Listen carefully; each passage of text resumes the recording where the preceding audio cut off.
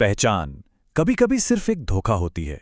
और crime series खामोश files का एपिसोड 19 हमें बिल्कुल यही दिखाता है। सोचिए, एक केस का सबसे बड़ा टारगेट था, वो तो असल में था ही नहीं, एक भूत निकला। तो आज हम उसी एक खुलासे की परतें खोलेंगे जिसने पूरे केस को मानो सिर के बल खड़ा कर दिया। चलिए देखते हैं कि आखिर उस नकाब के पीछे कौन था।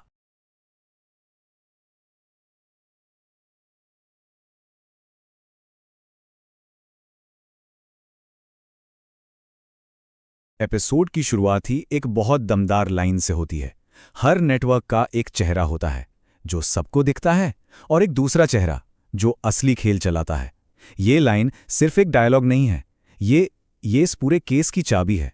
ये कहानी है धोखे की और उस छुपी हुई पहचान की जिसे आज हम सामने लाने वाले हैं। कहानी शुरू होती है काठमांडू से। एक ऑपरेटिव है अजय मेहरा, जो पकड़ा जा चुका है। लेकिन जो मेन टारगेट है करण चौधरी, वो हवा में गायब है। मतलब टीम के पास एक मोहरा तो है, लेकिन असली खिलाड़ी अभी भी बिसात पर मौजूद है। टीम के दिमाग में उस वक्त बस एक ही सवाल घूम रहा था, करण चौधरी है कहां? लेकिन घंटों की पूछताछ के बाद भी अजय मेहरा एकदम पत्थर बना हुआ था। वो एक शब्द भी बोलने को तैयार नहीं था।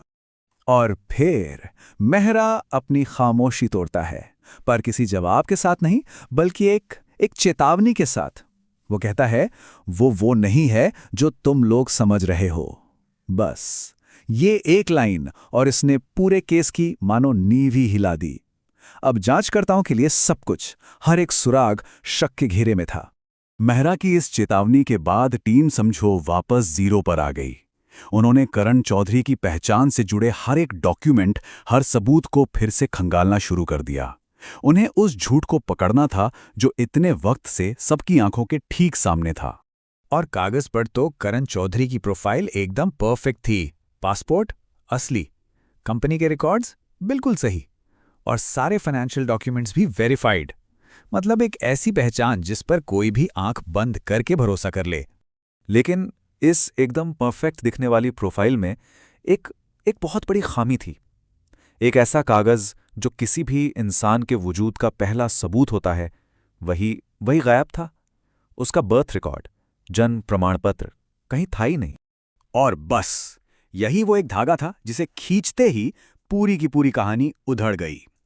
टीम का नतीजा एकदम साफ था।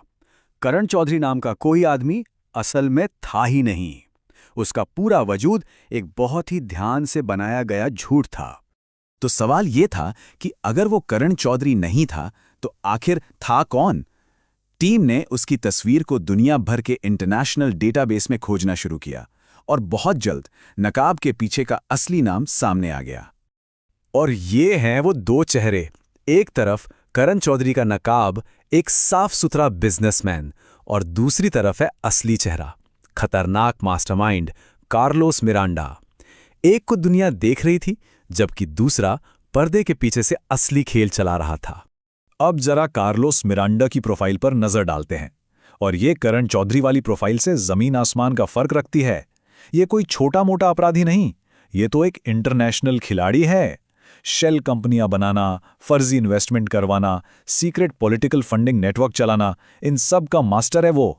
और सबसे ज्यादा डराने वाली बात, अपने रास्ते में आने वाले किसी भी गवाह को खत्म करने से पहले एक बार भी नहीं सोचता। और इसी पॉइंट पर जांचकर्ताओं को यह एहसास होता है कि वो जिसे मुख्य अपराधी समझकर पकड़ने की कोशिश कर रहे थे, वो तो बस एक परछाई थी। करण चौधरी असली मास्टरमाइंड नहीं, बल्कि सिर्फ वो दूसरा चेहरा था। जैसे ही मिरांडा की असली पहचान सामने आई, खेल के सारे नियम ही बदल गए। ये जांच अब काठमांडू की तंग गलियों से निकलकर पूरी दुनिया में फैल चुकी थी। टीम को नेपाल एयरपोर्ट के सीसीटीवी फुटेज में मिरांडा की आखिरी झलक तो मिली, लेकिन वो हमेशा की तरह 2 कदम आगे था। उसने भारत और दुबई जैसे आम रास्तों को तो छुआ तक नहीं, और सबको चकमा देकर एक बिल्कुल नई मंजिल की तरफ निकल गया। और उसकी वो मंजिल थी इस्तांबुल। बस इस एक शब्द ने केस का दायरा अचानक एक महाद्वीप से दूसरे महाद्वीप तक फैला दिया। अब लड़ाई एक नए मैदान पर होने वाली थी। लेकिन ऐसा बिल्कुल नहीं था कि पहचान सामने आने से मिरांडा डर गया। वो भागा नहीं था। असल में तो अब वो पलटवार करने के लिए पूरी तरह से तैयार था। और वो अपना अगला कदम सीधे सीधे जांच करता आदित्य को एक एन्क्रिप्टेड मैसेज भेजकर बताता है, तुमने एक प्रोजेक्ट रोका है, बिजनेस नहीं। ये सिर्फ एक धमकी नहीं थी, ये एक ऐलान था। मिरांडा साफ साफ बता रहा था कि ये लड़ाई अभी खत्म नहीं हुई है।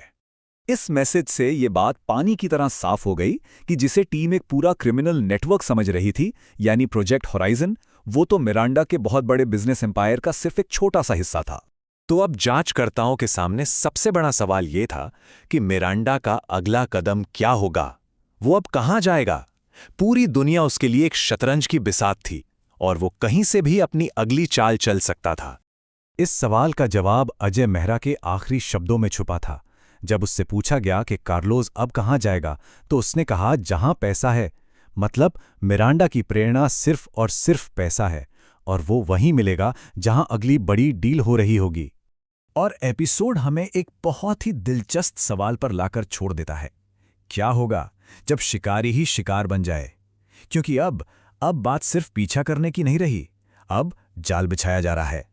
असली खेल तो अब शुरू हुआ है।